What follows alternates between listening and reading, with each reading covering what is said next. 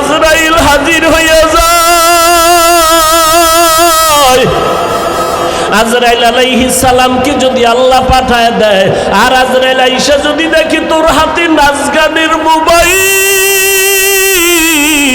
তুই বসে বসে নাচ দেখতেছো, গান শুনতেছো, আজান হইতেছে, তোর গানের আওয়াজ বন্ধ হয় না, তোর নাটক বন্ধ হয় না, কত মেয়ের চরিত্রের উপরে আঘাত করতেছো, কত মানুষের জীবনটাকে দুনিয়ার থেকে বরবাদ করে দিয়েছো।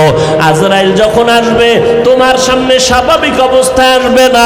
আল্লাহর নবী বলেন এই গুনাহগার নাফরমানের সামনে আজরাইল এমন বিকট আকৃতি ধারণ করবে, মাথা আসমানে, পা জমিনে, এক হাত মাশরিক আর এক হাত মাগরিবে, চোখগুলো নীল নদের মতো বড় বড়, দেখিয়া ওর কলিজা উল্টায় যাবে, পাগলের মতো হয়ে যাবে।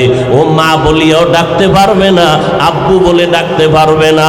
আজরাইল আইসা রুহুটা যখন ধরার জন্য শরীরের উপরে কদম রাখবে, রুহুটা শরীরের জোড়ায় জোড়ায় জোড়ায় জোড়ায় পালাইতে থাকবে, বের হইতে চাইবে না। চরমনের জমিনে ঘুমান্ত সৈয়দ ইসহাক রহমাতুল্লাহ আলাইহি বলতেন, লাঠির আগায় আলকাতরা মাখিয়া তুলার মধ্যে বাড়ি দিলে তুলাগুলো যেমন লাঠির মধ্যে চলে আসে, ওরে গুনাহগার জাহান্নামের আসামির যুবক, আজকে গুনার মজা পাইয়া, আজকে তুমি আমি টুপি মাথায় দিই, তোমার পায়ে ধরলাম, তোমার টুপি মাথায় দিতে ভাল লাগে না, তোমার কপাল এত খারাপ, নিজেও দাড়ি রাখতে পারো না, যারা রাখে তাদেরও পছন্দ করো না, নিজেও নামাজ পড়ো না, যারা নামাজ পড়ে তাদেরও পছন্দ করো না, এত কপাল পোড়া তুমি কেমনে হইলা, নিজেও হালাল খাও না, যারা হালাল খায় তাদেরও তুমি পছন্দ করো না। আজরাইল যখন রুহুটা টান দিবে, সাথে সাথে শরীরের রগগুলো সিরিয়া রুহুটা হাতের মধ্যে চলে যাবে। আল্লাহর নবী বলেন জ্যান্ত বকরির চামড়া খুললে যেমন কষ্ট, এর থেকে শতগুণ কষ্ট বেশি হবে বেনামাজির জান কবজের সময়। অনেক সময় যারা মরণের মানুষের পাশে থাকেন দেখছেন, বেনামাজির জান কবজের সময় চোখ উল্টায় যায়, হাত পা বাঁকা হয়ে যায়, এর মাত্র কারণ আজরাইলের দেখিয়া সহ্য করতে পারে নাই। নবী বলেন ওর জন্য আমার মাওলা জাহান্নাম বানায় রাখছেন, একটা জেলখানা বানায় রাখছেন। ওরে আল্লাহর দেওয়া পানি, আল্লাহর দেওয়া বাতাস, আমার মাওলার দেওয়া সূর্যের আলো, আমার আল্লাহর দেওয়া চাঁদের আলো, আমার আল্লাহর দেওয়া জমিনের ফসল খাইতেছো, আল্লাহর দেওয়া নদীর মাছ খাইতেছো, আল্লাহর এত কিছু নিয়ামত খাইয়া যারা আল্লাহর বিরোধিতা করবি, মানবি না, আলেম ওলামারা পাও ধরে ধরে নামাজের দাওয়াত দেয়, শুনবি না, এরপরও গালাগালি করবি। আল্লাহর নবী বলেন আল্লাহ রাগ করিয়া বলে ফেরেশতা, ওই জাহান্নাম ওর জন্য বানায় রাখছি জেলখানা, আমার হুকুম মানে নাই। সরকারের নজরে আমরা জনগণ সব সমান, কিন্তু এরপরও সরকার জেলখানা বানায় রাখছে, রাষ্ট্রের মধ্যে বালাখানাও বানায় রাখছে। জেলখানা কাদের জন্য? যারা সরকারের আইন অমান্য করবে তাদের জন্য জেলখানা, ওখানে রিমান্ডের মার দেওয়া হয়। আল্লাহ বলেন আমার কাছে সব বান্দা মোহব্বতের, আমি আল্লাহ চাই না কেউ জাহান্নামে যা। এই জন্য আমি আল্লাহ প্রত্যেকটা রাতের গভীর তৃতীয় ভাগে আমি প্রথম আসমানে আসি, আমি আমার বান্দার গুনাহ মাফ করার জন্য ডাকতে থাকি, আলা মিন মুস্তাগফিরিন ফাগফির আলা, আলা মিন মুস্তারজিকিন ফারজুকা।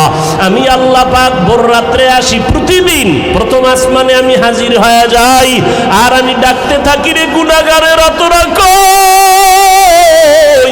ওরে শয়তানের ধোকায় পড়িয়া যারা গুনাহ করেছো, ওরে তোর 30, 40, 50, 70 বছর হায়াতটারে গুনাহে যারা কাটাইছো, শয়তানের ধোকায় নামাজ পড়তে পারো নাই, শয়তানের ওয়াসওয়াসায় গুনাহ করেছো, আমি আল্লাহ হাজির, আমার কাছে উঠি একবার আল্লাহ বলিয়া ডাক দাও। আমি আল্লাহ তোমার গুনাহ মাফ করার জন্য হাজির হয়ে গেলাম। ওরে দুনিয়াতে তোমার অপরাধ যদি একটা হয় এক ধরনের মামলা, যদি তুমি অপরাধ 2 লাইনে করো 2 লাইনে 2 ধারায় মামলা, অপরাধ যদি 3 লাইনে করো 3 ধারায় মামলা। এইভাবে কারো বিরুদ্ধে 10টা মামলা 10 ধারায়, কারো বিরুদ্ধে 30টা মামলা 30 ধারায়। 30 ধারার মামলার জন্য 30 বার হাজিরা দেওয়া লাগে এবং রায় 30 রকম হয়। কিন্তু আমার আল্লাহ বলেন, বান্দা তুই জিনার গুনাহ করছো ধারা একটা, তুই মা বাবার সাথে বেয়াদবি করছো ধারা আলাদা, কিন্তু আমার মাওলার কাছে এই ধারা কিন্তু গণনা নাই। তুই 30 বছর 50 বছর 70 বছর গুনাহ করিয়া পাহাড় বানাইছো। আরে বান্দা তুই যদি মাথা নত করিয়া একবার আমি আল্লাহকে আল্লাহ বলে ডাক দিয়া বলো, হে মালিক আমার আমল নামায় গুনার গুনাহ, আমার গুনার কারণে হাত না পাক, আমার চোখ না পাক, আমার জিহ্বা না পাক, আমার অন্তর না পাক। আমার গুনার খবর আমার মা জানে না, আমার ভাই জানে না, আমার অপরাধের খবর আমার ঘরের কেউ জানে না। যদি আমার মা বাবায় জানতো আমি জিনা করি, আমার মা বাবায় লাথি মেরে তাড়ায় দিত। মা বাবা ভাই বোনেরা যদি জানতো আমি চুরি করি, আমার কেউ ভালো জানতো না। ও আল্লাহ তুমি জানো, তুমি দেখছো, এরপরেও রাগ করিয়া পানি বন্ধ করো নাই, খানা বন্ধ করো নাই।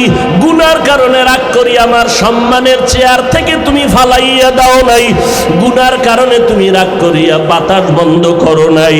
গুনার কারণে বেজার হইয়া তুমি সূর্যের আলো চাঁদের আলো বন্ধ করো নাই। ও আল্লাহ আজকে আমি তোমার কাছে আসছি ক্ষমার জন্য।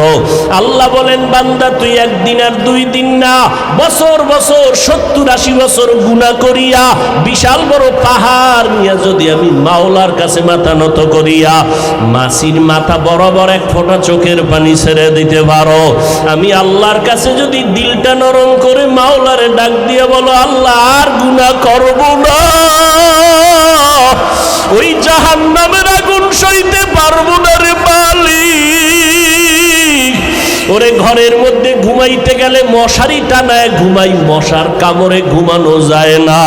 ও আল্লাহ গুনাহ নিয়ে কবরে গেলে যে আযাব হবে সহ্য করতে পারবো না, কই পাবো মশারি? দুনিয়াতে সূর্যের গরম সইতে পারি না, রাতের বেলা সূর্য নাই তারপরও ঘাম আর গরম, ফ্যানের বাতাস দিয়াও আমার ঘাম কমে না, গরম কমে না।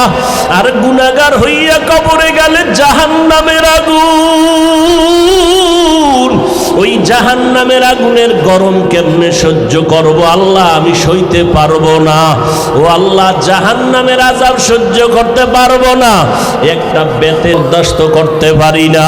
আল্লাহর নবী বলেন, গুনাহ নিয়ে যারা কবরে যাবা ওই 2 পার্শ্বের মাটিকে আমার আল্লাহ ডাক দিয়ে বলবে, রে কবরের মাটি ওই নাফরমান বেনামাজির 2 পার্শ্ব থেকে জোরে জোরে চাপ দাও। এত জোরে 2 পার্শ্বের মাটি চাপ দিবে পাজরের হাড়গুলো চুরমার হয়ে যাবে। একটা না 2টা না 70 থেকে 99টা সাপের কামড়। ও যুবকেরা, ও বৃদ্ধ বাবাজিরা, ও পর্দার আড়ালের মারা, ও বোনেরা, ভালো করিয়া বুঝো, 15,000 বছর হয়ে গেল আমার আল্লাহর কোরআনের ভুল কেউ প্রমাণ করতে পারে নাই। আজকেও যদি কোরআনের একটা ভুল কেউ বের করতে পারো রে বাবা, আমরা এখন দাড়ি কেটে ফেলবো, নামাজ বন্ধ করে দিব, প্যান্ট শার্ট টাই লাগাবো, কিন্তু আজও পর্যন্ত কোরআনের ভুল কেউ বের করতে পারে নাই। পারছে? বরং কোরআনের ভুল বের করতে গিয়া বহু বিধর্মীরা মুসলমান হয়ে গেছে, হয় নাই? মুসলমান হয়ে গেল। আল্লাহর কোরআন বলো, আল্লাহর সাক্ষী রেখে, আল্লাহর কোরআন সত্য না মিথ্যা? জবান খুলে বলো, সত্য না মিথ্যা? এ যুবকেরা জবাব দাও, পায়ে হাত রেখে বলছি, আমিও তো একটা যুবক, আমার মনেও তো চায় গান শুনি, কারণ গুনাহের আকর্ষণ আল্লাহ জন্মগতভাবে সবার মধ্যে দিয়ে রাখছেন। গুনাহ করার আকর্ষণ, নারীদের নাচ গান দেখলে আমার অন্তরও চায় আমি দেখি, কিন্তু কন্ট্রোল করি জাহান্নামের ভয়। টুপি মাথায় দিলে মাথা গরম হয়, তোমার থেকে বুদ্ধি মোটেও কমে নাই। তুমি তো কথা আবোল তাবোল বলো, আর আমরা 12টা মাস বয়ান করিয়াও তো একটা আবোল তাবোল কথা বলার চেষ্টা করি না। কোন কথার পরে কোন কথা বলবো এটা আমাকে ডায়েরিতে লেখাও নাই। মাওলার কাছে ভরসা করে বসছি, কোন কথার পরে কোন কথা হবে আল্লাহ বলাইতেছেন ওই কথাই বলতেছি। এরে যুবক আল্লাহর গোলামেরা, ভালো করিয়া বুঝো, তোমাদের থেকে আমাদের মাথা নষ্ট হয় নাই। মনে করিও না গো সম্মান কম। বলো, একজনের দাঁড়ায় বলো, তোমরা যারা নবীরে মানো না আর আমরা যারা মানি, নবীর আদর্শ জবাই করেছো, বেঈমানের পা চাটা গোলাম হইয়া চুল কাটিয়া ইন্দুর আর বান্দর হয়েছো। আমরা টুপি পরে থাকি 24 ঘন্টা, ঘুমের ঘরে গেল টুপি মাথায় দিয়া বালিশে ঘুমাই। ও আল্লাহর বান্দা, তুমি বলতেছো মাথা গরম হয়, আমিও বুঝি, তারপরও কেন ছাড়ি না? রসুলের মোহাব্বত, দাড়ি রাখলে যৌবনের ভাব চলে যায়, তোমার থেকে কম বুঝি না, এরপরও কেন কাটি না? আল্লাহর আযাবের ভয়। এরে আল্লাহর বান্দারা, নামাজের সময় কি কষ্ট! ফজরের সময় শীতের মধ্যে ওইটা নামাজ পড়া অনেক কষ্ট, ঠান্ডা পানি দিয়েও জুবান ইয়া নামাজ পড়তে কষ্ট, এরপরও নামাজ ছাড়ি না কেন? আল্লাহর আযাবের ভয়। মরণের পরে আযাব হবে, আল্লাহর কোরআনের আয়াত। এরে নবীর উম্মতের দল, তোমাদের থেকে মাথা মতেও নষ্ট হয় নাই। এরপর আবার তুমি একটু দেখো না তাকাইয়া, তোমার ডানে বামে কত যুবক জীবনে মাদ্রাসায় পড়ে নাই, জেনারেল লাইনে পড়েছে, স্কুলে পড়ে, কলেজে পড়ে, চাকরি করে। তোমার মতো যুবক, সাক্ষী দাও, 5 বেলার নামাজি আছে না নাই? তুমি বিবেকটাকে প্রশ্ন করো, তুমি কেন পারো না রে বাবা? তোমার আমার মতো যুবক র্যাব, আর্মি, পুলিশ, বিডিআরের চাকরি করে, 5 ওয়াক্ত নামাজ পড়ে, যত কাজ থাক জামাতে পড়ে, তুমি কেন পারো না? একটু জিজ্ঞাসা করো তোমার বিবেকটাকে। তোমার মতো যুবক রাস্তায় গাড়ি চালায়, সময় মতো নামাজ পড়ে, তুমি কেন পারো না? তোমার মতো যুবক শ্রমিকের কাজ করে, হাড় ভাঙ্গা পরিশ্রম করে, রমাজানে একটা রোজাও ভাঙ্গে না, নাই? তুমি কেন রোজা রাখতে পারো না? তারাবি পড়তে পারো না? নামাজ পড়তে পারো না? আসলে কি বলো, এবার কি দলিল দিবা? এতদিন তো হুজুরদের একটু চাইপা রাখছো, হুজুর পারা যায় না, এখন আমাকে জবাব দাও। তোমার মতো যুবক একই স্কুলে পড়ো, ও নামাজ পড়ে, তুমি পড়ো না। তুমি একই ডিপার্টমেন্টে চাকরি করো, 10 জন নামাজ পড়ে, তুমি পড়ো না। এখন কি জবাব দিবা বলো? ইন্নাস সালাতা তানহা আনিল ফাহশাই ওয়াল মুনকার ওয়ালা যিকরুল্লাহি আকবার।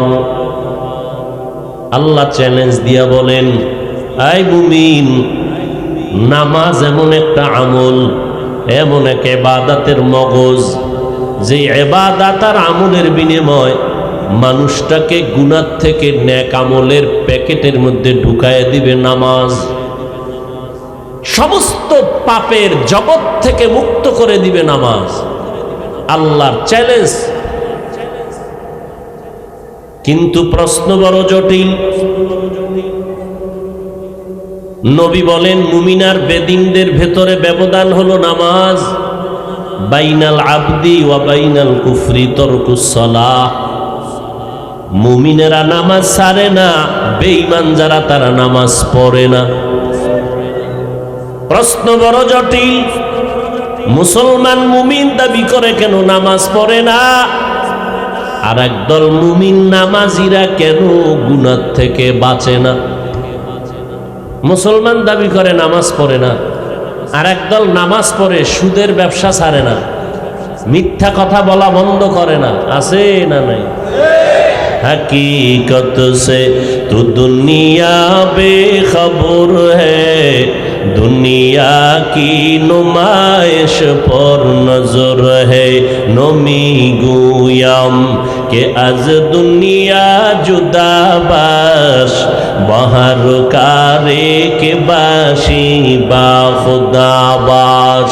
जिसते दुनिया अज खुदा गाफिल बुदन ने कमाशो नुकरा हो फरजिंदोजान। একদল ওয়াজের দাওয়াত শুনে আসতে চাইছিল, আসতে পারে নাই। জরুরি কোনো কারণে অসুস্থ, না হয় মায়ের কোনো খেদমত, না হয় বাবার কোনো খেদমত, আল্লাহ এদেরকে আসার যে সওয়াব তা দিয়ে দিবেন। কিন্তু আরেক দল আসার নিয়ত করে এসেই পড়েছেন, তারপরেও কপাল খারাপ। ওয়াজির দাওয়াত শুনি আজকে ঘরের থেকে বলে গেছে আমি মিরপুরে ওয়াজে যাই, কিন্তু কপাল খারাপ, প্যান্ডেলের ভেতরে বসতে পারে নাই, দোকানপাটে গল্প গুজবে গুনাহে আড্ডায় লিপ্ত। এরকম কেউ নাই? আল্লাহ তাদের হেদায়েত দান করেন। আর একদল কপাল খারাপ বলার আছে, প্যান্ডেলের ভেতরে বসছেন, এরপরেও কপাল খারাপ। ওলামায়ে কেরামের চেহারা দেখবেন, বয়ান শুনবেন, কলবের দরজা খুলে রাখবেন, কলবের মধ্যে ঢুকাবেন।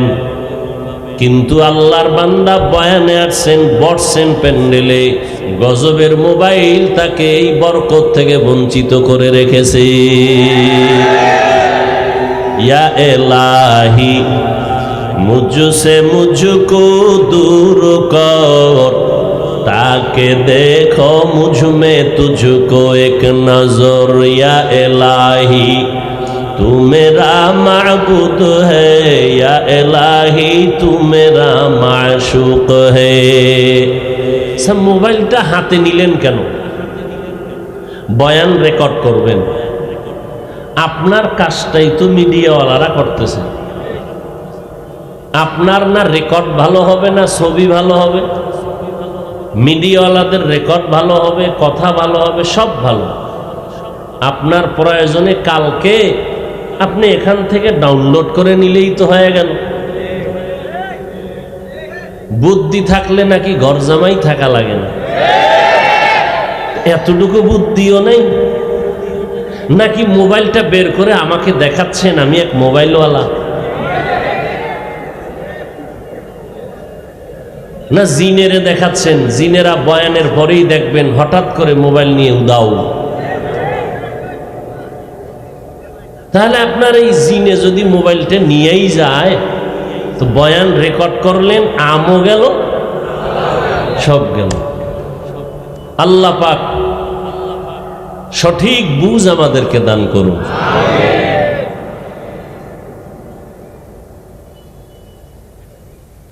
আর একদল কপাল পোড়া আছেন, এরা মোবাইল টোবাইল নিয়ে ব্যস্ত না, বয়ানই শুনতেছেন।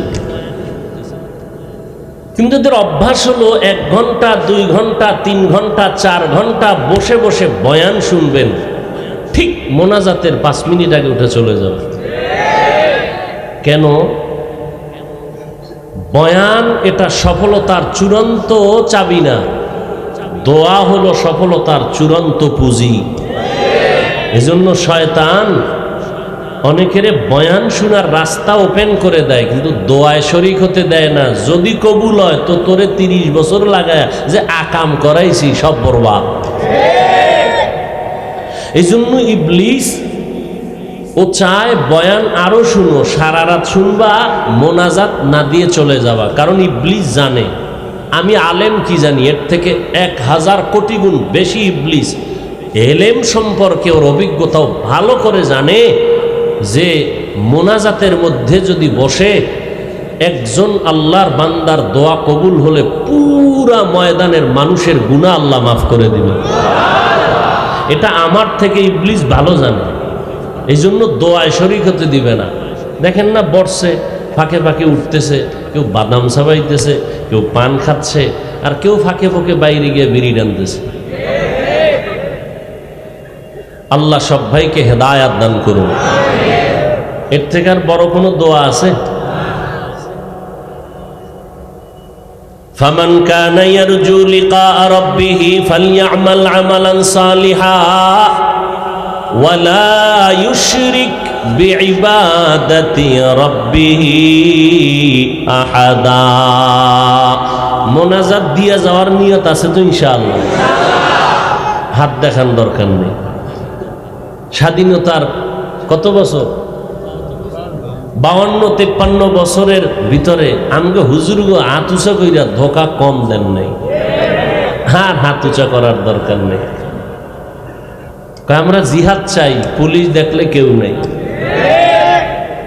এটাও বলে ঠিক। ব্যাঠিক কি? আল্লাহ তাআলা বলেন, হে পয়গম্বর, আপনার উম্মতকে জানায় দেন, যারা আমার সাথে মোলাকাত করতে চায়, আল্লাহরে রাজি রেখা ঠিক অন্তর থেকে বলেন, আল্লাহরে দেখতে চাননি? আল্লাহর সাথে মোলাকাতের তামান্না আসেনি দিলে? এত সুন্দর আসমান বানাইলেন, তার একটু দেখতে মনে চায় না? এত সুন্দর কণ্ঠ দান করছেন কে? সে আল্লাহকে দেখতে মনে চায় না? এত সুন্দর সূর্য, চাঁদ, তারকা, এত সুন্দর জমিন, এত সুন্দর পাহাড়, ফুলের বাগানে গিয়ে দেখেন কত সুন্দর রং বেরঙের ফুল। এত সুন্দর আসমান আর জমিন যিনি বানাইছেন, তিনি না জানি কত সুন্দর। আল্লাহ বলেন, নবী জানায় দেন, আমার সাথে যারা মোলাকাত করতে চায়, দুনিয়াতেই তাদের একটা ইতিবাচক কাজ করতে হবে, নেক আমল। নেক আমল করতে গিয়া সাবধান, আমলের মধ্যে আমি আল্লাহর সাথে অন্যকে যেন অংশীদার না বানায়। অংশীদার একটা বাহ্যিক দৃষ্টিতে বানানো, এই কপাল দিয়া আল্লাহর সেজদা দিব, আবার আর একজনকে দিয়া আমি আল্লাহর জিনিসটা আর একজনারে দিলাম। আবার মনে মনেও কিছু এই অপরাধ হয়, আল্লাহরে যেমন আমি শক্তিধর মনে করি, আমি আর একজন নেতাকে এরকম শক্তিওয়ালা মনে করি। এটা হলো আল্লাহর শক্তির সাথে আর একজনকে অংশীদার বানাইলাম, এর নাম শিরিক। আল্লাহ বলেন, এই শিরিকের গুনাহ যারা করবা, তাদের জিন্দেগির কোনো আমল কবুল হবে না। তুমি যত নেক আমল করো, শিরিকের এই ভাইরাসে তোমার সব ধ্বংস হয়ে যাবে। ইন্নাল্লাহা লা ইয়াগফিরু আন ইউশরাকা বিহি ওয়া ইয়াগফিরু মা দুনা যালিকা লিমান ইয়াশা ওয়া মান ইউশরিক বিল্লাহ ফাকাদ ইফতারা ইসমান আযীমা ওয়া মান ইউশরিক বিল্লাহ ফাকাদ দাল্লা দালালাম বাঈদা ومن يشرك بالله فقد حرم الله عليه الجنة। শিরিকের গুনাহ যারা করবা, আল্লাহ কোরআনে স্পষ্ট বলেন, তাদের জন্য জান্নাত হারাম। ও আল্লাহ, দয়া ও মেহেরবানি করে শিরিকের গুনাহ থেকে আমাদের বেঁচে থেকে আমল করার তৌফিক দান করেন। তৌফিকও চাইতে হবে, কারণ তৌফিক এটা আলাদা আর একটা নেয়ামত। আমার হাত যেমন আলাদা নেয়ামত, আমার চোখ আল্লাহর দেয়া নেয়ামত, আমার জবান একটা নেয়ামত, কথা বলা একটা নেয়ামত, আবার কথার মধ্যে মধুময় কথা বলা আর একটা নেয়ামত। কি? কথা বলা এক নেয়ামত, আবার সুন্দরভাবে কথা বলাই, সুন্দরভাবে কথা বলা আর একটা নেয়ামত। অনেকে কথা বলে, কারো কথায় দিল নরম হয় না, বরং তার কথা শুনলে মন খারাপ হয়ে যায়। আর একজনের কথা শুনলে দিলটা নরম হয়, চোখে পানি আসে। এটাও আল্লাহর বড় নেয়ামত। তৌফিক আল্লাহর নেয়ামত। আল্লাহ যদি তৌফিক না দেন, আমি হাজার চেষ্টা করলেও কোনো কাজে আমি কামিয়াব হতে পারবো না। আল্লাহ যদি আমার নিঃশ্বাসটা ভিতরে নেওয়ার পরে বের হওয়ার তৌফিক না দেন, আমার নিঃশ্বাস আর বের হবে না।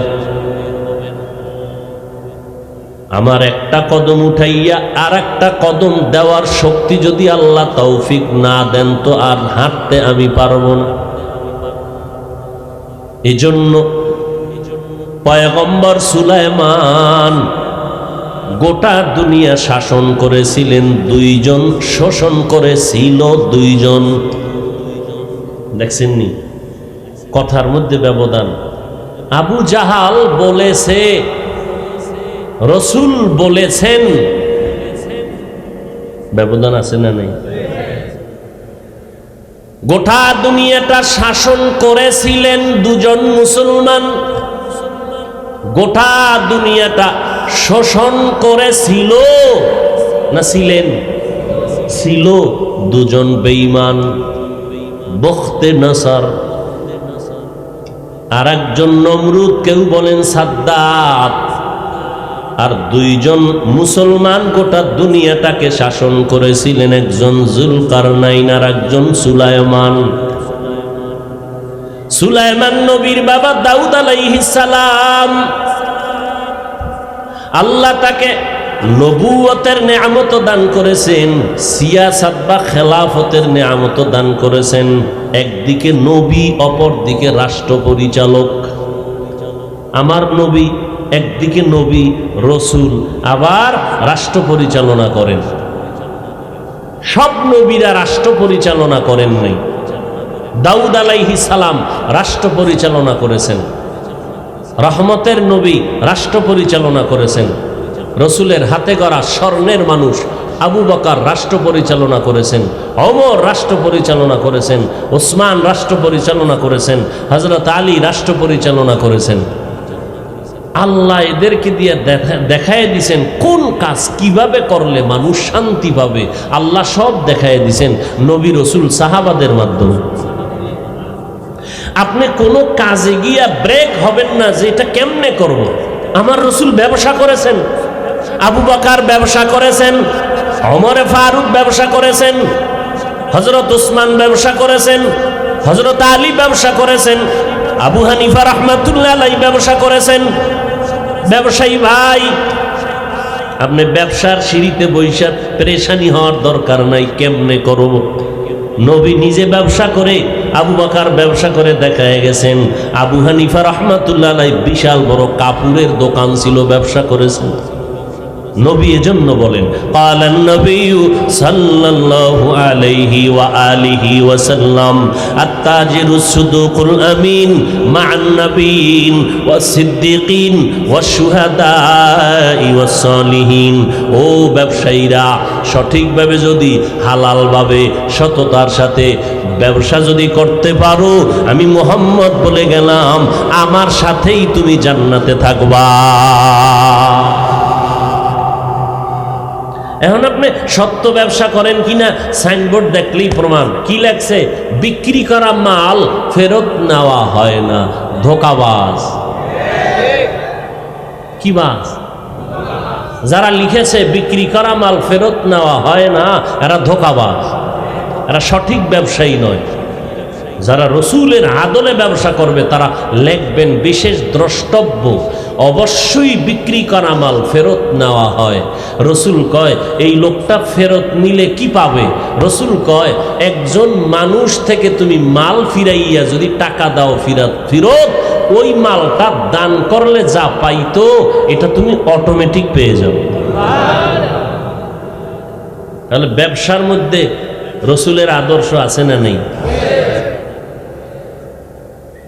আবার আল্লাহ কোরআনে বলেছেন, ব্যবসার মধ্যে যারা ভেজাল করবি সাবধান, ওয়াইলুল লিল মুতাফফিফিন, তোদের জন্য আমি একটা কঠিন নিকৃষ্ট জাহান্নাম বানায় রাখছি। ওয়াইল নামক জাহান্নাম, এটা এত নিকৃষ্ট জাহান্নাম, এই ওয়াইল নামক জাহান্নামে মিথ্যাবাদীরাও যাবে।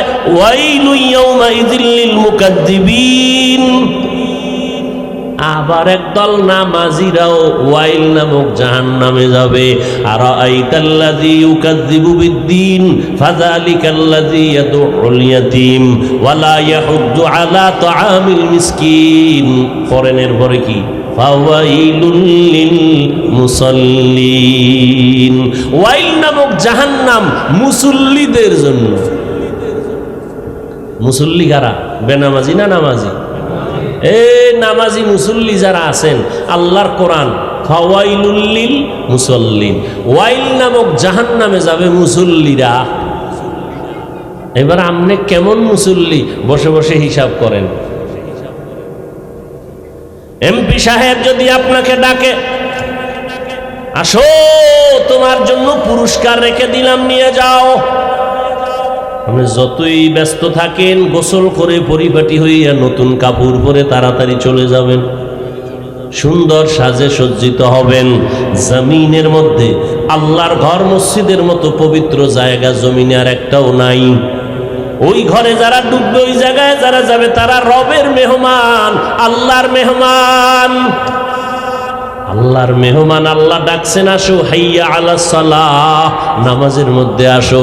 আল্লাহর মেহমানেরা বিড়ি টানতে টানতে মসজিদে যায়, আল্লাহর মেহমানরা গেঞ্জি পরে মসজিদে যায়, আল্লাহর মেহমানদের গেঞ্জির ভেতরে বাঘ ভাল্লুক বানরের ছবি রাইখা যায়। এমন নামাজিরে আল্লাহ কয় ফাওয়াইলুল লিল মুসাল্লিন, ওয়াইল নামক জাহান্নাম মুসল্লিদের জন্য। আবার আর এক জায়গায় চ্যালেঞ্জ দিছেন, নামাজ মানুষকে পাপের থেকে ফিরাবে, পাপের জগৎ যা আছে সব পাপ থেকে ফিরাবে নামাজ। প্রশ্ন জটিল, মুসলমান কেন নামাজ পড়ে না? নামাজি বান্দা কেন গুনাহ থেকে ফিরে না? মুসলমান নামাজ কেন পড়ে না? আল্লাহর আযাবের ভয় নাই। নামাজি বান্দা গুনাহ কেন ছাড়ে না? নামাজটা আল্লাহর জন্য পড়ে না, নামাজ পড়ে মানুষকে দেখানোর জন্য, সমাজ রক্ষার জন্য। মাইনসে কি কইব জুমায় না গেলে? এই জন্য জুমায় যায়। দেখবেন জুমার সময় মসজিদ ভর্তি, একতলা, দোতলা, তিনতলা, চারতলা, রাস্তাঘাট। কমিটির সভাপতি, সেক্রেটারি বলেন, আপনারা টাকা বাড়ায় দেন না কেন? মুসল্লি বেড়ে গেছে, মসজিদের জায়গা সংকুলান হচ্ছে না, জায়গা বাড়ানো দরকার, ছাদ দেওয়া দরকার। এত মুসল্লি জুমার সময়, এরা সব আফ্রিকার জঙ্গল থেকে আসছে, তো এরা ফজরে কইছিল। আবার জুমার সময় তুফান মতো এসে মোনাজাত দিয়া ভাগলো, আর আসরে খবর নেই। ফাওয়াইলুল লিল মকুন সুসতি নামাজে পঞ্জগানা, ফাওয়াইলুল লিল মুসাল্লিনাল্লাযীনা মুমিনারা ইনামাজ ইমদাদে দাস্তাইনু আয়াতে কুরআ ওয়া খা।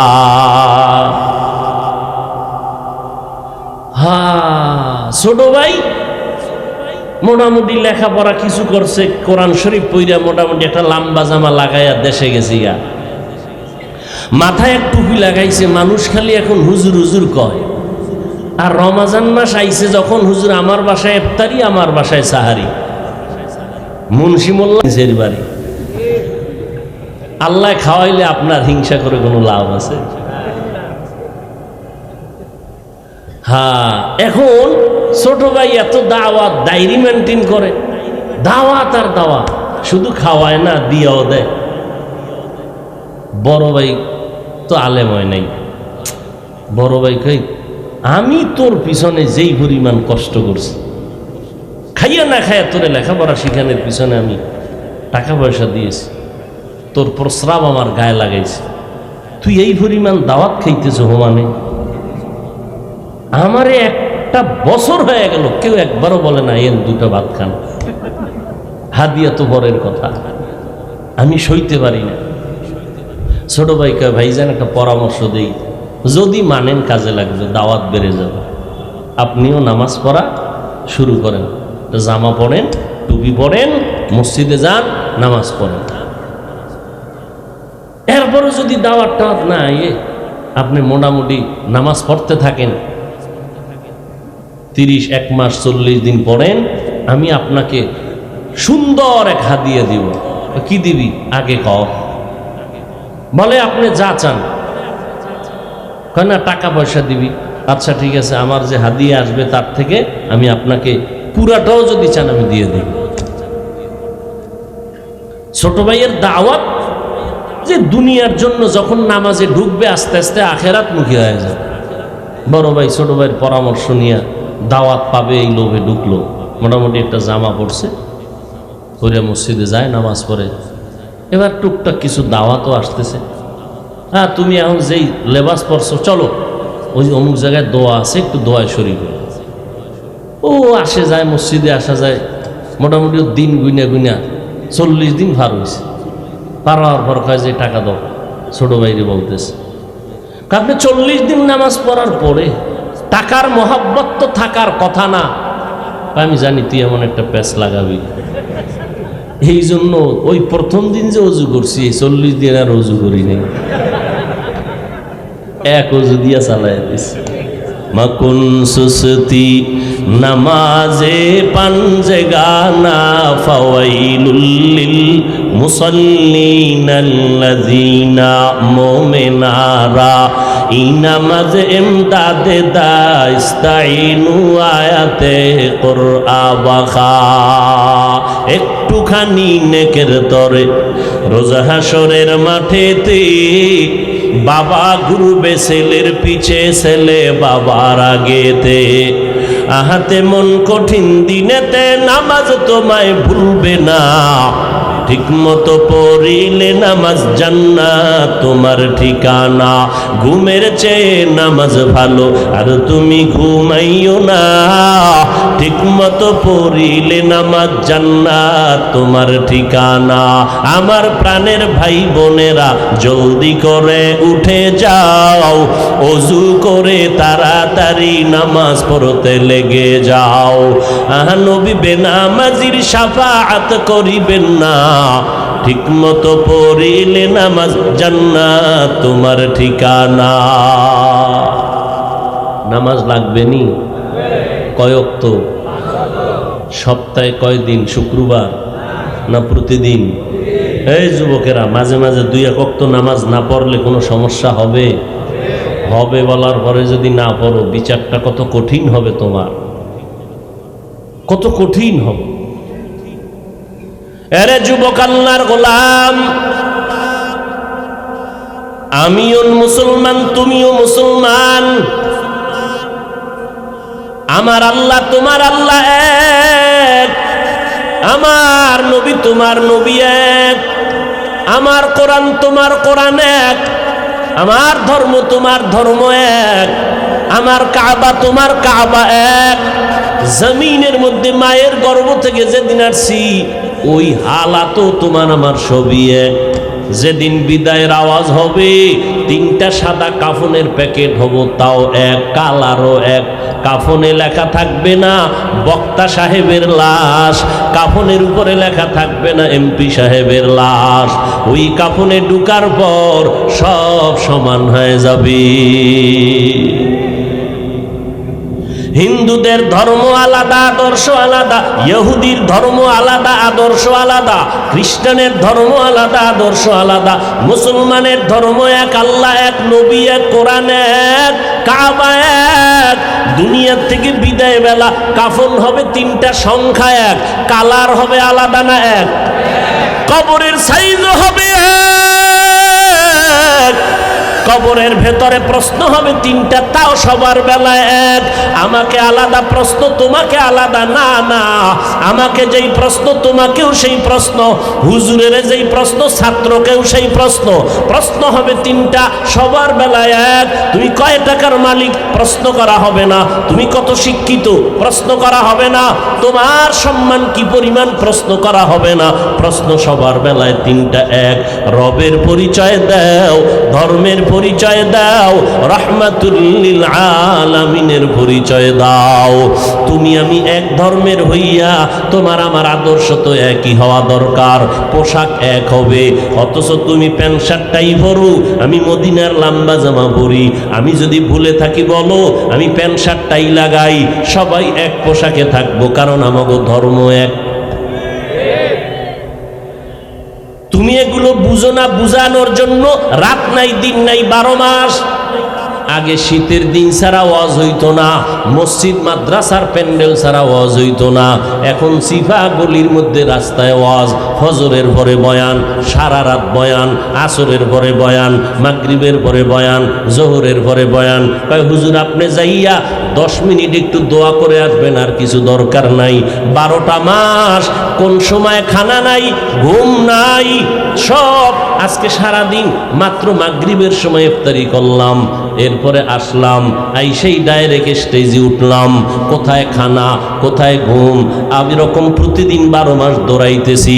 মুসলমানের বয়ান করি, বয়ান করিয়া তো এই কথা একবারও বলি নাই যে কষ্ট পাবে, এই কথা বলি নাই বাবা ব্যবসা ছেড়ে দাও, চাকরি ছেড়ে দাও, স্কুল ছেড়ে দাও, কলেজ ছেড়ে দাও, একবারও বলি নাই। পাস করলে তুমি মাথায় না দিলে গুনাহ হবে, একবারও বলি নাই। তাবলীগ না করলে জাহান্নামে যাবেন, একবারও বলি নাই। পীরের কাছে না গেলে জাহান্নামে যাবেন, একবারও বলি নাই। কওমি মাদ্রাসায় না পড়লে আপনি জাহান্নামে যাবেন, একবারও বলি নাই। এরপরও কি বলতে চাই, সব জায়গায় মানুষের বিনয়ের সাথে কথা বলি, পায়ে হাত রাইখা মাথা নত কইরে কথা বলি, একটা কর্কশ ভাষা ব্যবহার করি না। যদি অজান্তে হইয়াই যায়, হতেই পারে, কারণ 10টা কথা বললে একটা কথা একটু আঁকাবাঁকা হতেই পারে। 1 ঘন্টা 2 ঘন্টা প্রতিদিন চিল্লাইলে 2-1টা কথা একটু অজান্তে উল্টা পাল্টা হতে পারে। এটা আল্লাহর কাছেও ধরা নাই, জমিনের কাছেও ধরা নাই। এরপরও আমরা কতটা ভয় নিয়ে চলি। আপনাদের ফাঁকে ফাঁকে বলি, ভাইজান মনে কষ্ট পাইছেন নি, মাফ করে দেন। আবার মোনাজাতে আমার আল্লাহর কাছে আবার বয়ানের শেষে ক্ষমাও চাই। এরপরও বয়ান দিয়ে বুঝাই, কি বুঝাই? একটা কথা, ও দুনিয়ার নবীর আশিক, জমিনে যতদিন বেঁচে থাকবা গোলামি করবা একমাত্র আমার আল্লাহর। দুনিয়াতে যতদিন বেঁচে থাকবা আদর্শ মানবা মদিনাওয়ালা নবীর, আর কারো আদর্শ মানা যাবে না। এই কথা বলতেছি রে বাবা, কিন্তু দুঃখ এত বয়ানের পরেও আমি টুপি মাথায় না দিলে বড় লজ্জা লাগে। আর তুমি মুসলমান, টুপি মাথায় দিতে লজ্জা লাগে। আমি দাড়ি কাটতে লজ্জা পাই, তুমি দাড়ি রাখতে লজ্জা পাও। তুমি কেমন মুসলমান? আমি নামাজ না পড়লে লজ্জায় হুঁশ থাকে না, তোমার নামাজ পড়তে গেলে লজ্জা লাগে। আমি পর্দা না করলে লজ্জা পাই, আর তুমি পর্দা করতে গেলে লজ্জা পাও। আজকে যদি পর্দা থাকতো, জবানকে কন্ট্রোল রাখতা, তাহলে আমার যুবতী বোনেরা যুবকের চরিত্র নষ্ট করতে পারতো না, আমার যুবকেরা যুবতীদের চরিত্র নষ্ট করতে পারতো না। তুমি মুসলমান, আমিও মুসলমান, সব বুঝি, এরপরও পায়ে ধরে বলতেছি টুপি মাথায় দিতে চাই না, বরং উল্টা আঘাত করি টুপিওয়ালাদের উপরে, আক্রমণ করি কথার মাধ্যমে। দাড়ি রাখতে চাই না, পর্দা করতে চাই না, কি চাই? আবার এর মধ্যে একদল ঘি ডালে, ঘি কি এত এবাদাত লাগে না, নফল লাগে না, টুপির মধ্যেই কি ইসলাম, দাড়ির মধ্যেই কি ইসলাম, পর্দার ভিতরেই কি ইসলাম? এভাবে করতে করতে খালি প্রশ্নবোধক চিহ্ন দিয়া এখন সবগুলো না বানায় দিল। তাহলে দাড়ির মধ্যে ইসলাম নাই, টুপির মধ্যে নাই, পোশাকের মধ্যেই কি ইসলাম, পোশাকেও নাই। তো ইসলামটা কই? চাপাবাজির মধ্যে, চাপাবাজির মধ্যে ইসলাম না। আল্লাহ হেদায়াত দান করুন। জিন্দেগি মে বন্দেগি তু কর নাহি, জিন্দেগি মে বন্দেগি তু কর নাহি, जिंदगी बे बंदगी शर्मिंदा है, जिंदगी बे बंदगी शर्मिंदा है। दुनिया में हो दुनिया का तलबगार ना हो,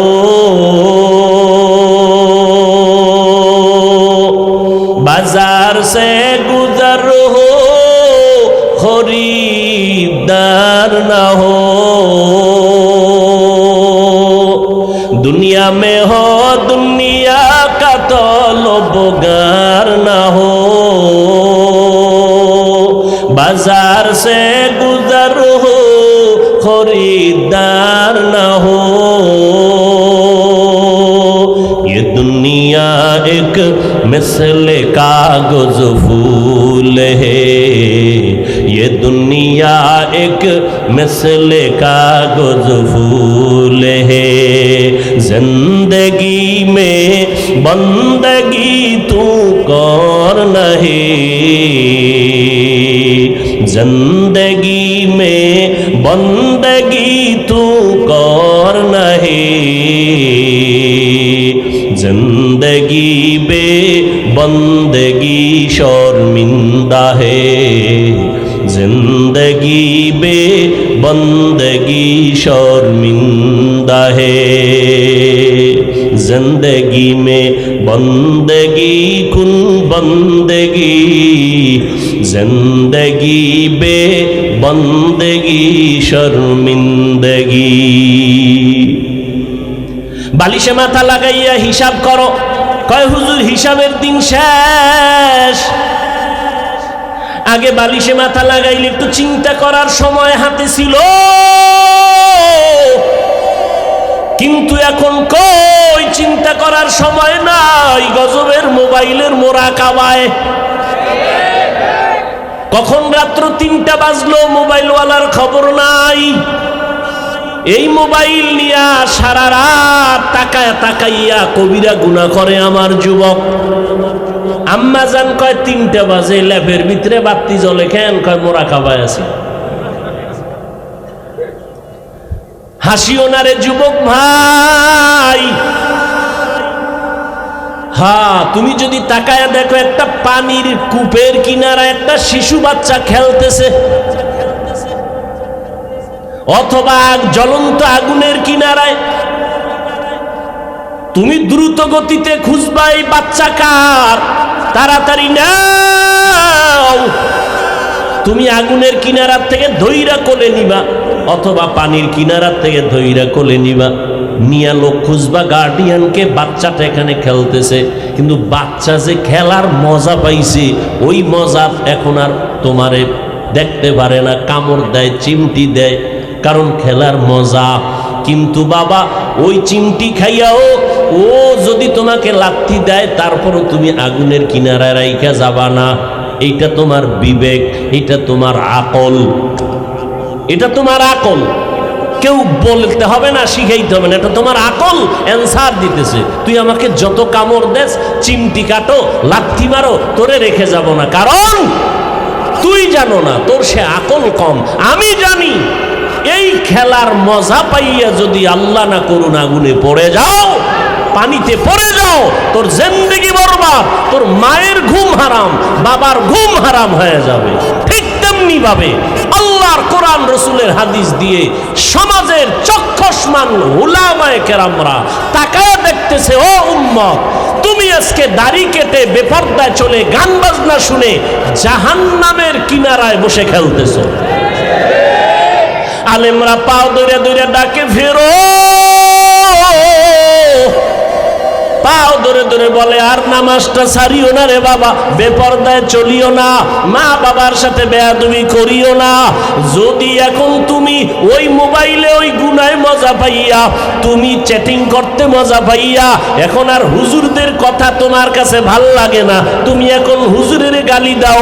হুজুর কয় তুই যত গালি দাও, যত বিরোধিতা করো, এই গালি খাইয়াও তো আমাদের মুরব্বীরা কথা বন্ধ করে নাই, আবু হানিফা কথা বন্ধ করে নাই, ইমাম বুখারী রহমাতুল্লাহ আলাইহি যাকে কাফের বলে ফতোয়া দিত, তারপরও তার দাওয়াত বন্ধ করে নাই। আমার নবীর রাস্তায় কাটা দিত, নবী দাওয়াত বন্ধ করে নাই। গালি দিত, নবী দাওয়াত বন্ধ করে নাই। কারণ আমার আকল, আল্লাহর কোরআন সত্য, রসুলের কথা সত্য। এখন জবাব একটাই, তোমার কপাল পুড়ে গেছে, তোমার উপরে আমার আল্লাহ বেজার, তোমার উপরে মা বাবার অভিশাপ, মা বাবা বরদোয়া দিয়ে দিছে, তোমার কপাল পুড়ে গেছে। মোনাজাত তো সবাই দেই, অনেকের চোখে পানি, আবার অনেকের চোখে পানি নাই, কান্না নাই, আর একজন কানতে কানতে বেউসায় যায়, কারণ ওর উপরে মাওলার রহমতের নজর লাগছে, আল্লাহ ওয়ালাদের দোয়া লাগছে, মা বাবার দোয়া লাগছে, চোখের পানি এমনিই বের হয় না। তোমার এই মিরপুর থানায় আসামি ধইরা পুলিশে কি মারা মারে, এরপরও চোখে পানি আসে না, নাই? অথচ ওয়াজের প্যান্ডেলে আল্লাহওয়ালারা উলামায়ে কেরাম বয়ান করে, 50 হাত 200 হাত দূরে বসে যুবক চিৎকার দিয়া কান্না করে, একজনারে বেত দিয়ে মারলেও কান্দে না, আর একজনে বয়ান শুনে শুনে কান্না করে। একটু চিন্তা করো, ওরে মারলো কে? এরে যুবক, আমাকে একটু বিবেক দিয়া জবাব দাও, বিবেকের সাথে বেঈমানি করিস না রে যুবক। একই চুলায় রান্না হয় ভাত আর তরকারি, রান্না করার রাঁধুনি আমার মা। খেয়াল করো, একই তরকারি, একই মশলা, একই চুলা, একই আগুন।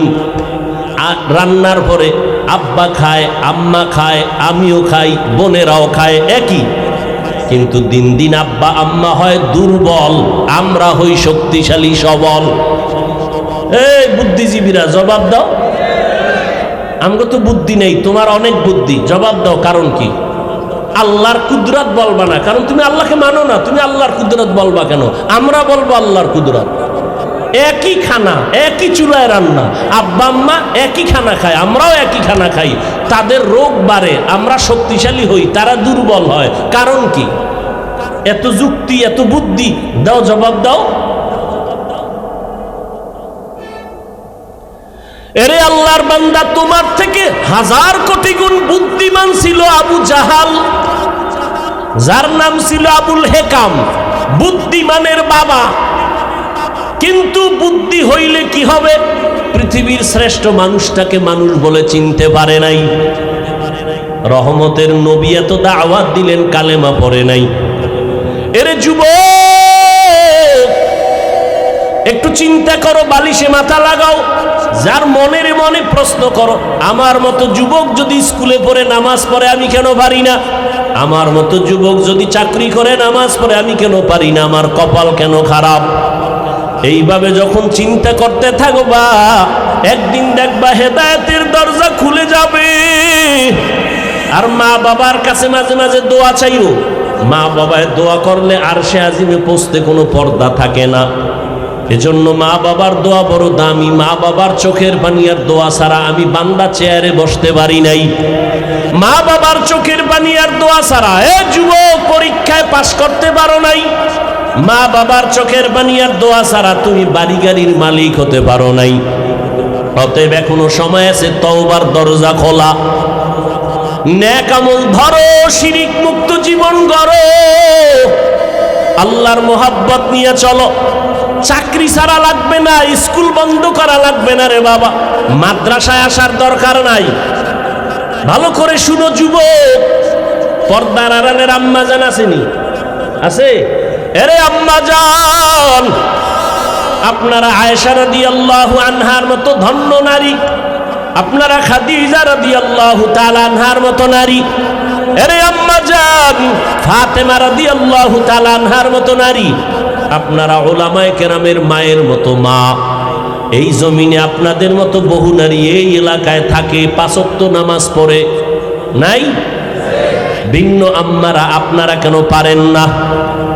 এরে আম্মা জান, ও যুবতী বোনেরা, তোমার মতো যুবতী বোন আজান হলে মাথায় কাপড় দিয়া 5 বেলার নামাজ পড়ে, এরকম যুবতী বোন আছে না নাই? তুমি কেন যুবকের চরিত্র নিয়ে সিনেমিনে খেলো, মোবাইলের মাধ্যমে চ্যাটিং করো? এক আল্লাহর বান্দা বহুদিন হয়ে গেছে বিয়া করে না। ছোট ভাই একদিন ডাক দিয়া কয়, বয়স এত বেড়ে গেল ভাইজান, আপনি বিবাহ করেন না কেন?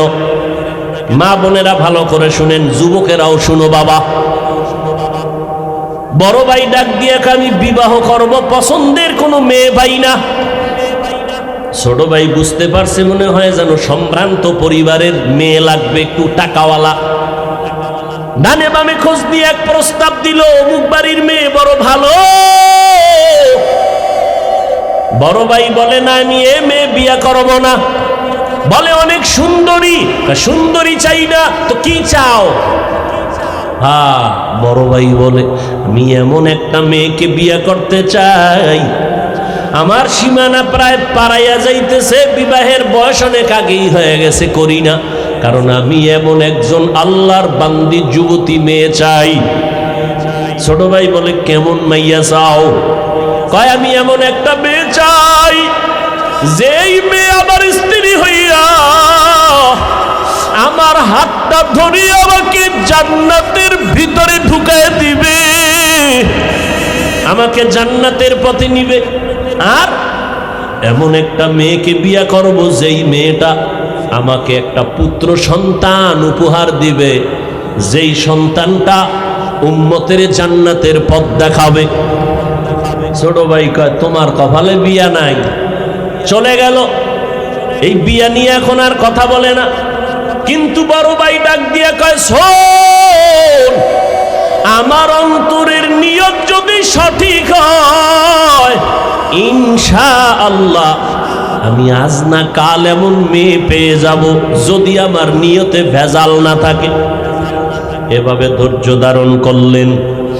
দীর্ঘ কিছুদিন পরে পার্শ্বে এক এলাকায় চলে গেল। শুনছে ওখানে এক আল্লাহওয়ালা আসছেন, বড় বুজুর্গ, দোয়া করলে কবুল হয়ে যায়। দোয়ার জন্য চলে গেল। গিয়া দেখে হুজুর মসজিদে ওজিফা পালন করে, আমলে আছেন।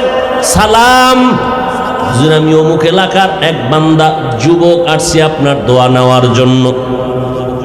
বিবাহ করেছো নাকি? বলে না করি নাই, দোয়া করবেন। হুজুরের সাথে কথা বলতেছে, ঠিক এমন টাইমে পর্দার আড়াল থেকে মসজিদের জানালা দিয়া একটা যুবতী মেয়ে সালাম দিল, আসসালামু আলাইকুম।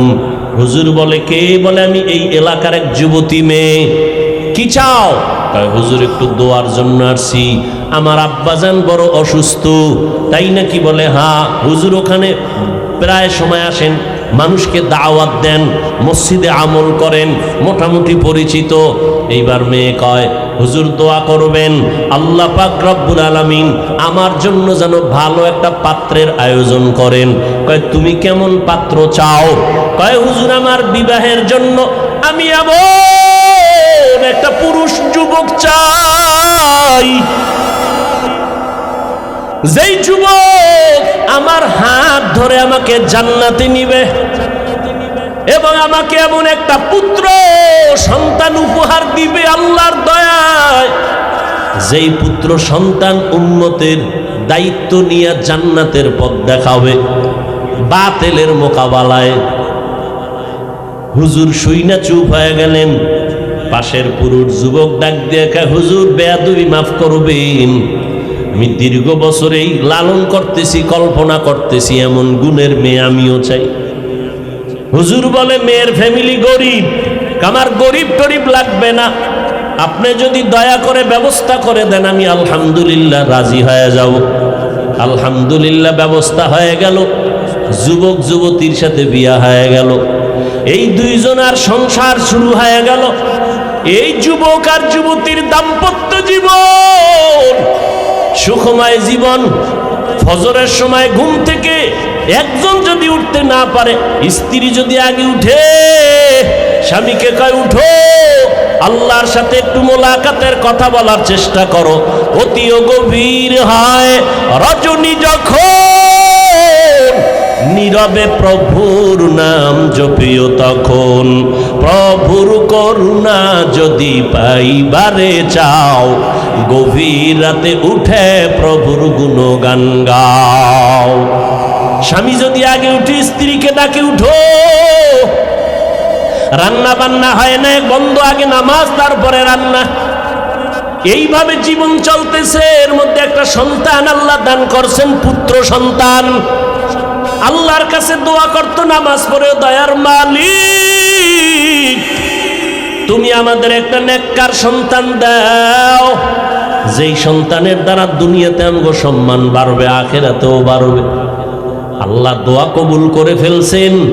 এমন একটা পুত্র সন্তান আল্লাহ তাদের দান করেছেন, যেই সন্তান দুনিয়াতে আইসা মা বাবার আদর্শ নিয়ে বড় হইয়া রাশিয়া, সিরিয়া, মিশর, ইরাক, পুরা জগৎটাকে বিজয়ের পতাকা উড্ডীন করে বাইতুল মুকাদ্দাস, মুসলমানের প্রথম কিবলা, যেখানে এক রাকাত নামাজ পড়লে 50,000 রাকাত নামাজের সওয়াব। ওই বাইতুল মুকাদ্দাসের উপরে হামলা, বিভিন্ন বিধর্মীদের হামলা। এই সন্তান গিয়া ইতিহাসের পৃষ্ঠা খুলো, বাইতুল মুকাদ্দাসকে হাতের মধ্যে নিয়ে বিজয়ের পতাকা উড়ায় দিলেন। ইতিহাসবিদরা বলেন, এর মতো বীর যোদ্ধার ইতিহাস এত স্মরণীয় যে কিয়ামতের আগে এরকম বীর আসবে কিনা জানা নাই। ওই সন্তানের নাম সুলতান সালাউদ্দিন আইয়ুবী। গুগলে সার্চ দাও, সালাউদ্দিন আইয়ুবীর ইতিহাস পড়ো, দেখো কে সে সালাউদ্দিন আইয়ুবী, রাষ্ট্র পরিচালনা করেছে, ওই সিরিয়া মিশর বিজয়ের পতাকা উড্ডীন করেছে, বাইতুল মুকাদ্দাসকে হাতের মুষ্টির মধ্যে নিয়ে গেল, বেঈমানদের দখল থেকে অত্যাচার থেকে মুসলমানকে পরিত্রাণের জায়গায় নিয়ে আসলো। এরে যুবক আল্লাহর গোলাম, মনটা কি স্থির করা যায় না? অন্য মেয়ের চরিত্র যদি তুমি নষ্ট করো, তোমার বোনের চরিত্র তো আর একজন নষ্ট করতে পারে, তুমি এটা চিন্তা করো। এরে যুবতী বোনেরা, কত যুবকের চরিত্র নষ্ট করতেছো। তোমার ভাইয়ের চরিত্র যদি কেউ নষ্ট করে তুমি কেমন মনে করবা? এইভাবে যদি একটু চিন্তা করো, তাহলেই তোমার অন্তরটা ঠিক হয়ে যাবে। আল্লাহ তো দরজা দিয়ে ডাকতেছেন। এজন্য ওলামায়ে কেরামের মজলিসে বসো। এই যে আপনারা বসছেন বয়ানে, আল্লাহকে সাক্ষী রেখে বলেন, জীবনে ওয়াজে বসেন নাই, আজকে 2 ঘন্টা বয়ানে বসার পরে আল্লাহকে সাক্ষী রেখে বলেন, অন্তরের মধ্যে কি একটু ধাক্কা লাগছে? এই যুবকেরা বলো, লাগছে? 2 ঘন্টা বয়ানে যদি ওলামাদের সামনে বসে যদি অন্তরে ধাক্কা লাগে, আল্লাহর কসম, যারা ওলামাদের পিছনে দিন দিন বছর বছর সময় দিবে, ইনশাআল্লাহ ওই লোকটা জান্নাতি হয়ে কবরে যাবে। কারণ ওর মধ্যে ধাক্কা লাগতে লাগতে লাগতে লাগতে এত মজবুত হয়ে যাবে, না খাইয়া থাকবে, হারাম খাবে না, নামাজ ছাড়বে না, মরিয়া গেল জবানে কালেমা জারি হয়ে যাবে। এরে যুবক আল্লাহর গোলাম, এখনো সময় আছে, তওবা করো, মা বাবার দোয়া নিয়ে চলো, আর আল্লাহর কাছে মনে মনে ডাকো। জোরে ডাকার দরকার নাই, তোমার অন্তর থেকে তুমি বলতে থাকো, আল্লাহ আজকে মিরপুরের জমিনে আসছি, ও আল্লাহ অনেকে গ্রামে মা বাবার রাইখা এই শহরে থাকো রে বাবা, গ্রামের মা বাবায় কষ্ট করে তোমার খবর নাই, অনেকে বড় লোক আরামের বিছানায় ঘুমাও, সন্তান আর পরিবার নিয়ে কত খানা খাও, মা বাবায় তোমার জন্য আরামে খানা খায় না, ঘুমায় না, এমন একটা রাত্র নাই যে তোমার টেলিফোন না করে, ও বাবা তোর শরীরের অবস্থা কি, কখন খানা খেয়েছো, কখন ঘুমাইছো? ওই মা বাবারে যারা রাইখা ঘুমাও, মা বাবার দোয়া ছাড়া আগাইতে পারবা না রে যুবক। এখনো সময় আছে, তওবা করে নাও। আল্লাহকে বলো, আল্লাহ জীবনে কম অন্যায় করি নাই, শয়তানের ধোকায় পড়ে আজকে থেকে তওবার নিয়ত করলাম, মরিয়া গেলে যাব, নামাজ ছাড়বো না, বেপরদায় চলবো না, মা বাবাকে কষ্ট দিব না, ওলামায়ে কেরামের বিরোধিতা করে গুনাহগার হব না, মোবাইলের মাধ্যমে গুনাহ করব না, লেখনির মাধ্যমে গুনাহ করব না, চোখের চাহনির মাধ্যমে গুনাহ করব না, মা বাবার দোয়া নিয়ে সামনে আগাবো, নবীর তরিকা মতো চলবো। আমার মতো স্কুলে পড়ুয়া যুবক যদি নামাজ পড়ে, আমি কেন পারবো না? ও আল্লাহ আপনি তৌফিক দান, আজকে থেকে নামাজ ছাড়বো না। বাসায় গেলে মাকে গিয়া বলবা, মা তুমি আমার মাথায় হাত দিয়া দোয়া করে দাও। আজকে ময়দানে কত আল্লাহর বান্দারা কানলো, আমার চোখে পানি নাই, মা গুনার কারণে বুঝি আল্লাহ বেজার, তুমি দোয়া করিয়া দাও। মা যদি দোয়া করিয়া দেয়, তাহলে তোমার কপাল খুলিয়া যাবে। তুমি ডাক্তার হও, বাধা নাই, ইঞ্জিনিয়ারিং পড়ো, বাধা নাই, প্রফেসর হও, বাধা নাই, সাংবাদিক হও, বাধা নাই, তবে অনুরোধ, আদর্শ নিয়ে চলো, মদিনার আদর্শ, সময় মতো নামাজটা পড়ে নিবারে বাবা। মুরব্বীদের সামনে কোনো ভালো খারাপ আচরণ করবা না, ওলামায়ে কেরামের বিরোধিতা করে গুনাহগার হবা না, দেশের বিরুদ্ধে জাতির বিরুদ্ধে কোনো ষড়যন্ত্র করবা না। আল্লাহর আযাবের ভয় নিয়ে তুমি তওবা যদি করতে পারো, এক ফোঁটা চোখের পানি ছাড়তে পারো, আল্লাহ মুহূর্তে তোমার তওবা কবুল করে নিবেন, জীবনের গুনাহগুলো মাফ করে দিবেন। ও আল্লাহর বান্দারা, ও পর্দার আড়ালের আম্মা জানেরা, বোনেরা, আল্লাহর কাছে তওবা করেন, জীবনে কারো হক নষ্ট করবেন না, চরিত্রের উপর আঘাত দিবেন না, স্বামীর খেদমতে স্বামীর মালের হক ঠিকমতো রক্ষা করবেন, সন্তানের হক ঠিকমতো আদায় করবেন। আপনার সন্তান ডাক্তার হবে, আলহামদুলিল্লাহ, আপনার সন্তান ইঞ্জিনিয়ার বানাবেন, আলহামদুলিল্লাহ, তবে অনুরোধ, বেয়াদব বানাবেন না। আপনার সন্তানের আচরণে যেন ওলামায়ে কেরাম কষ্ট না পায়, আপনার সন্তানের ব্যবহারে যেন এলাকার মুরব্বীরা কষ্ট না পায়, আপনার সন্তানের কারণে আপন বন্ধু বান্ধবরা যেন কষ্ট না পায়, বরং আপনার সন্তানকে এমন আদর্শ দিয়া যাবেন, সন্তানের ব্যবহারে সবাই দোয়া করবে, খুশি হয়ে যাবে, দিলে শান্তি লাগবে। এমন একটা সন্তান আদর্শ ডাক্তার বানায় যান, আদর্শ ইঞ্জিনিয়ার বানায় যাবেন। ও যুবকেরা, জবানকে হেফাজত করো, আল্লাহর কাছে বলতে থাকো, আল্লাহ তুমি মেহেরবানি করে আমাকে কবুল করে নাও। আল্লাহর কাছে ব্যবসায়ী ভাইরা ব্যবসার জায়গায় বসি আমার আল্লাহর হুকুম মতো চলেন, নামাজটা ঠিক মতো পড়েন, দেখবেন অল্প টাকায় বরকত অনেক বেশি হবে। কাস্টমারের সাথে খারাপ আচরণ করবেন না, ধোঁকা দিবেন না।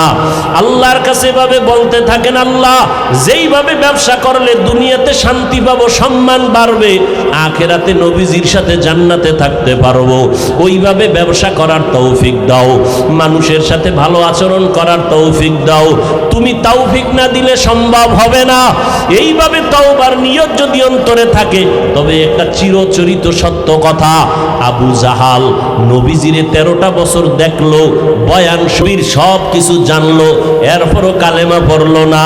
অন্যদিকে ওমরের মতো বান্দা নবীর গর্দান কাটতে আসিয়া কালেমার রশি গলায় লাগাইয়া নবীজির জন্য এত পাগল, নবীর কাছে তওবা করিয়া জান্নাতের টিকিট নিয়ে নিল। এই ওমরের এত সম্মান আল্লাহ বাড়ায় দিয়েছেন।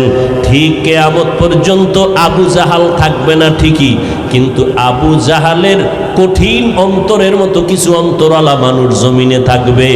হাজারো বয়ানে তাদের দিলটা নরম হবে না, তওবা নসিব হবে না, বরং বয়ান শুনিয়া বাইরে গিয়া বিরোধিতা করবে, এই সমস্যা ওই সমস্যা, এই ভুল সেই ভুল, আসলে নিজের গুনার কথা একবারও চিন্তা করবে না। আর একদল বান্দা থাকবে কিয়ামত পর্যন্ত ওমরের চরিত্রের, এরা গুনাহ নিয়ে প্যান্ডেলে ঢুকবে, হঠাৎ করিয়া যখন জাহান্নামের ভয় অন্তরে ঢুকবে, তখন পাগলের মতো হয়ে যাবে, আমি কইছিলাম আমার জীবনটাতে এত খারাপ ছিল না, আমি দুনিয়াতে আসছিলাম কত পবিত্র, মা বাবায় কত আদর করেছিল, আমার স্কুলের লেখাপড়ার জীবনটা কত ভালো ছিল, শিক্ষকরা কত আদর করত, আজকে আমি এত খারাপ, আমার মা বাবা আমারে বেশি ভালো জানে না অন্যায় করার কারণে, কারণ আমি মা বাবার সাথে ভালো আচরণ করি না, ভাই বোনের সাথে ভালো আচরণ করি না, আমি এত খারাপ কেন হয়ে গেলাম। ময়দানে ঈশা লুটাইয়া কাঁদবে আর বলবে, আল্লাহ আমি আজকে গুনাহ নিয়ে বাসায় যাব না। ও আল্লাহ, মরণের বিছানায় গুনাহগার হইয়া শুইতে চাই না রে মালিক, আজকে আমি একা রুমে থাকতে পারি না, ভয় পাই, আর ওই অন্ধকার কবরে একা কেমনে থাকবো, বালিশ নাই, বিছানা নাই, বাতি নাই, অন্ধকার, দুনিয়াতে আমি অন্ধকারে একা থাকতে পারি না, আমি কেমনে কবরে থাকবো রে আল্লাহ। আমি আর গুনাহ করব না, আর কারো হক নষ্ট করব না, আয় আল্লাহ হাতের দিয়া গুনাহ করব না, চোখের গুনাহ করব না, জবানের গুনাহ করব না, ও আল্লাহ তুমি মাফ করিয়া দাও। এইভাবে ওমরের চরিত্রওয়ালা মানুষগুলো পাগলের মতো কান্না শুরু করবে। নবী বলেন, কান্না যদি না আসে কান্নার বাহানা করো, আর ডানে বামে যদি কান্নাওয়ালা কাউকে পাও হাত বাড়াইয়া দোয়া চাও, ও কান্নাওয়ালা ভাই আমার জন্য দোয়া করো, আল্লাহ যেন আমাকে মাফ করিয়া দেয়। হেদায়েতের মালিক আমার আল্লাহ, কোনো পীরের হাতে হেদায়েতের চাবি নাই, কোনো বক্তার হাতে হেদায়েতের চাবি নাই। আল্লাহ যার সিনাটা খুলে দিবেন সে হেদায়েত নিয়েই চলবে, মরিয়া গেলে দাড়ি কাটবে না, বেপরদায় চলবে না, মা বাবার সাথে বেয়াদবি করবে না, ওলামাদের সাথে বেয়াদবি করবে না, দেশ ও জাতির বিরুদ্ধে ষড়যন্ত্র করবে না। ও আল্লাহর বান্দারা, মুনাফিকি যদি না থাকে, খাঁটি মনে তওবার নিয়ত যদি থাকে, খাঁটি তওবার নিয়ত যাদের আছে তাদেরকেই বলবো একটু দুটো হাত আমার আল্লাহকে দেখাইয়া দাও। আয় আল্লাহ আমাদের তওবা কবুল করে নেন, আমাদের হাতগুলো কবুল করে নেন, একটা হাতেরও গুনার কারণে ফিরাইয়া দিয়েন না রে মালিক। আমার কলিজার যুবকগুলোরে কবুল করে নেন, নবীর আদর্শওয়ালা বানাইয়া দেন। আয় আল্লাহ গুনার কারণে দিলটা পাথর, চোখে চোখে পানি নাই, কান্নাওয়ালা চক্ষু দান করেন আল্লাহ। শয়তানের ধোঁকার থেকে বাঁচিয়ে থাকার তৌফিক দান করেন। মরণ পর্যন্ত সুন্নতি জিন্দেগির উপরে চলার তৌফিক দান করেন, আমিন।